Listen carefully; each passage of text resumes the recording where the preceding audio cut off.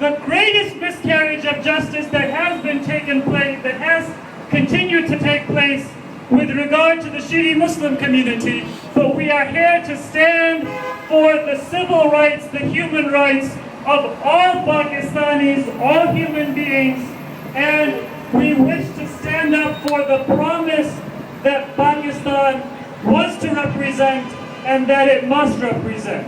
The government must take immediate steps, namely, it must make sure that it is taking a credible process to bring to justice, to prosecute, and to punish the perpetrators of all acts of violence and terrorism and murder within the country.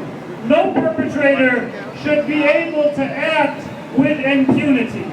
The known outfits and personalities that have created the culture of violence, they need to be shut down, not just in name, but in actuality. Terrorist! Terrorist! Taliban terrorist! Terrorist! Terrorist! Taliban terrorist! Terrorist! Terrorist! Taliban terrorist! And one thing that we will demand from the Pakistani government, and that we should make a commitment that we will continue to ensure that this demand is not forgotten. There should not need to be individuals, and sometimes those who are downtrodden and poor themselves, creating a foundation to support the widows and the orphans of those who have been so ruthlessly killed in the country of Pakistan, often when they were serving the country as no one else was, and in a way that even the government is often unable to do.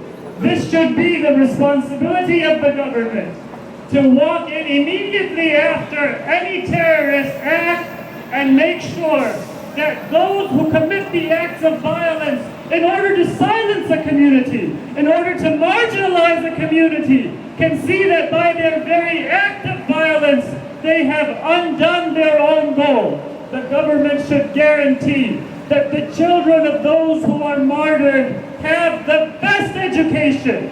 Their families are financially provided for, and those who voice these words of extremism and cause that extremism within society by their very acts of violence, they are undermining their own message. That is something that the Pakistani government cannot claim is going to be prevented by a foreign government or by its weakness or by any other factor. So that is our most important demand.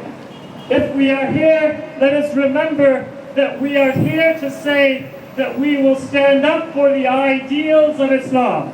We honor our Prophet not by saying that we don't understand the laws of the country that we live in. We understand those laws. We respect and we follow those laws.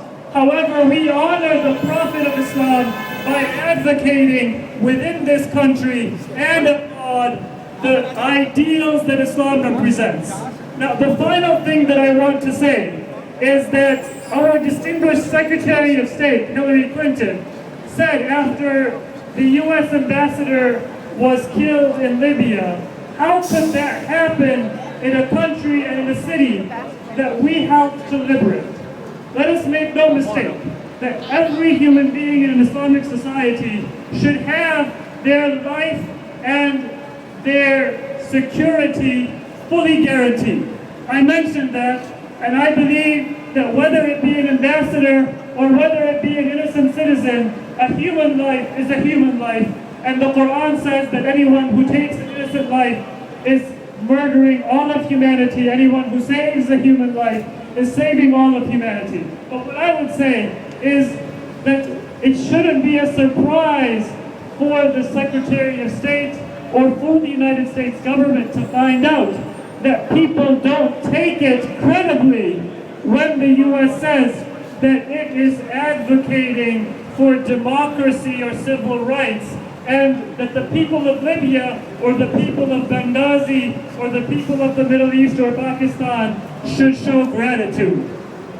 The United States has taken a stand in favor of repression and the subjugation and the stifling of human rights in Saudi Arabia, in Bahrain, throughout the Persian Gulf, and throughout many other countries in the world.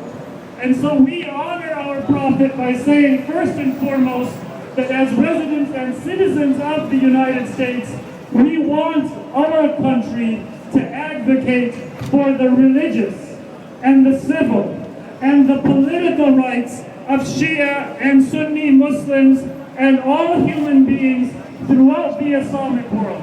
Not to kill innocent women and children in Pakistan with drone strikes, but to actually strengthen and advocate civil society and human rights in Pakistan, but also in those countries that are being propped up by our misguided foreign policy, which is causing the death of innocent Americans and foreigners alike. So let us make sure that we know what we are standing up for. We know what Pakistan we want to see, and we want to make sure that we are going to hold the feet of the Pakistani government to live up to its responsibilities and not shirk those responsibilities. Wassalamu alaikum, peace be with you.